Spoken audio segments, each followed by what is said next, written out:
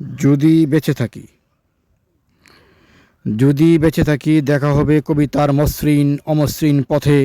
যদি বেঁচে থাকি দেখে নিব একজন আজাদকে।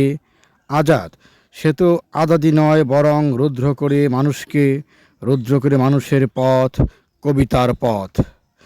যদি বেঁচে থাকি কথা হবে সফার সাথে। যদি বেঁচে থাকি দেখা হবে প্রফেসর নজরুল আপনার সাথে। আমি চাক্ষুষ বিবারে দেখে যেতে চাই আপনার আপদ পরিণতি, মানে ন্যাচারাল পানিশমেন্ট। যদি বেঁচে থাকি চর্চিত হবে রবীন্দ্রনাথ, মুক্তি পাবে না একজন জাফর ইকবাল। উচ্চকিত স্বরে বলে যাব তুমি কোন চ্যাটের বাল।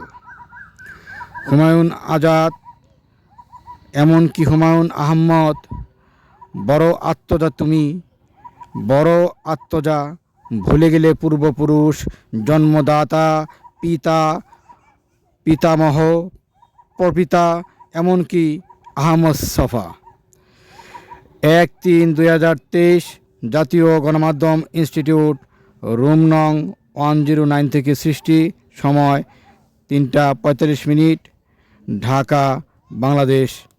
শোনার জন্যে সকলকে অসংখ্য ধন্যবাদ। সবাই ভালো থাকবেন।